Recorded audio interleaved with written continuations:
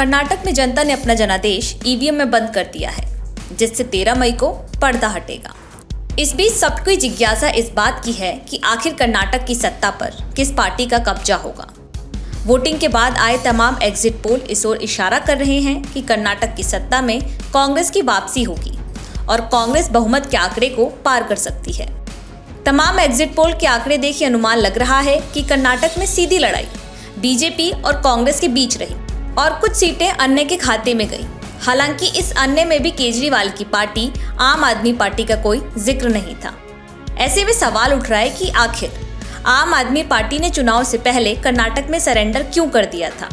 आखिर क्यों केजरीवाल कर्नाटक में उस लेवल पर प्रचार करने नहीं पहुंचे जिस लेवल पर वो गुजरात या पंजाब गए थे।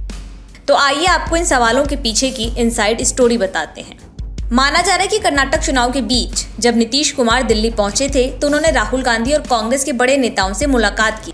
उसके बाद सीएम नीतीश कुमार दिल्ली के सीएम अरविंद केजरीवाल से भी मिलने पहुंचे थे। माना जा रहा है कि इसी मुलाकात से ये प्लान सेट हो गया था कि अगर कर्नाटक में बीजेपी को हराना है तो विपक्ष को एक साथ आना होगा।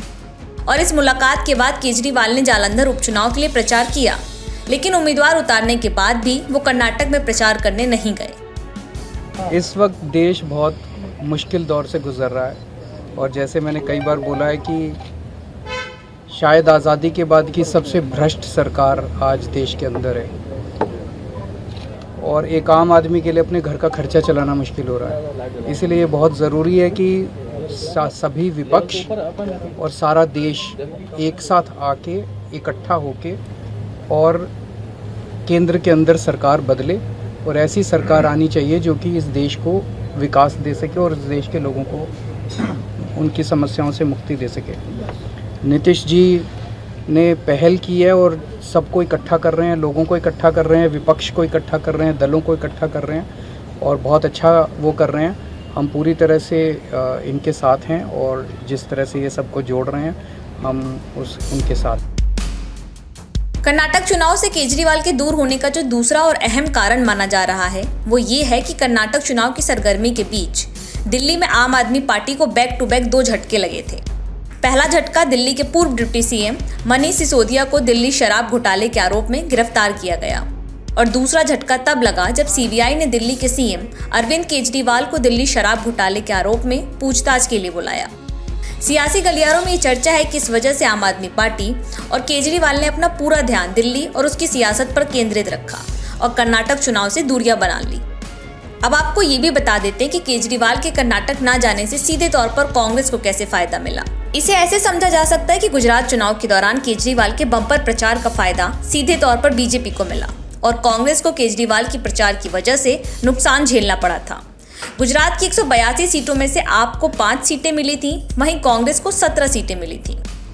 कर्नाटक में केजरीवाल प्रचार पर क्यों नहीं गए, इसे लेकर सियासी गलियारों में ये भी चर्चा है कि आम आदमी पार्टी बिल्कुल नहीं चाहती थी कि बीजेपी कर्नाटक की सत्ता में वापसी करे और इसका फायदा बीजेपी को केंद्र में मिले और जिसकी वजह से बीजेपी केंद्रीय एजेंसियों के जरिए आप पर और शिकंजा कस सके।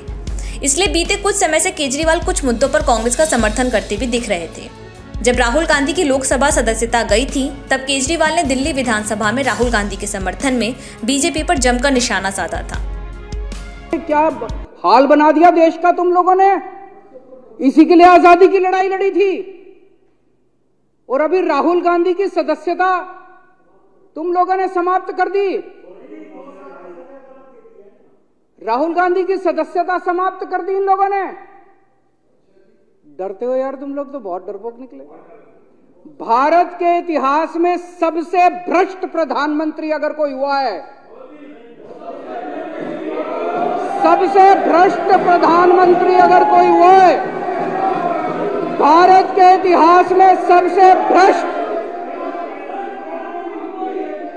भारत के इतिहास में सबसे कम पढ़ा लिखा प्रधानमंत्री अगर हुआ है, मैं नहीं समझता आजाद भारत में कोई 12वीं पास प्रधानमंत्री हुआ है। उनसे सरकार चलती नहीं है, अहंकार उनका 7वें आसमान के ऊपर है। सवेरे से शाम तक इसको जेल भेजो, इसकी सदस्यता रद्द करो, इसको जेल भेजो, बस सवेरे से शाम तक यही चलता रहता है। बैठिए प्लीज, बैठिए। मैं आज महाजन जी, बीजेपी के सारे लोगों को मैं अपील करना चाहता हूं,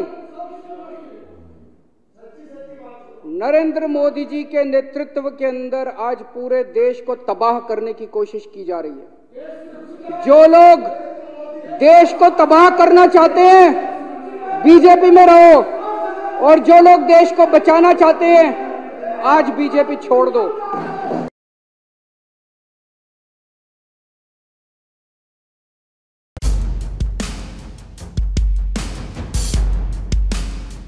कर्नाटक चुनाव में केजरीवाल भले खुद प्रचार में न उतरे हों, लेकिन उन्होंने पार्टी के अन्य वरिष्ठ नेताओं में, जिसमें पंजाब के सीएम भगवंत मान, राज्यसभा सदस्य राघव चड्ढा और संजय सिंह को मैदान में उतारा था। आपको बता दें कि कर्नाटक की 224 सीटों में से आम आदमी पार्टी ने 209 सीटों पर अपने उम्मीदवार उतारे थे।